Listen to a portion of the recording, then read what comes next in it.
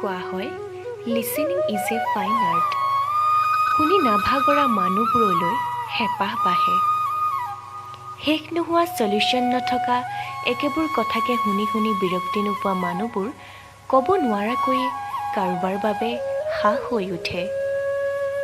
N invisible support. বিশ্বাসৰ ফুলনিত গোলাপ হৈ ফুলে এনে মানুহ। এনে মানুহৰ বাবে কাঁইতে খুচিব বুলি জনা পিছতো গোলাবলৈ দৰত বাঢ়ে আমাৰ। কথাবোৰ কেৱল শুনাবলৈহে মানুহ বিচাৰি ফুৰোঁ আমি, চলিউশ্যন বিচাৰি নহয়। চলিউশ্যন কনচেপ্টটোৱে ফিকশ্যনেল।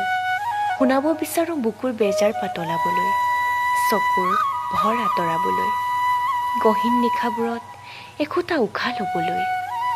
তাৰ বাদে বিচাৰিব লগা আৰু একো নাই। দিনটোৰ শেষত মানুহ লাগে, এজন শুনি থকা মানুহ, এজন গুলপীয়া মানুহ। ধেই কিনো একেবোৰ কথাকে কৈ আছা বুলি ফোনটো ডিছকানেক্ট নকৰা মানুহ।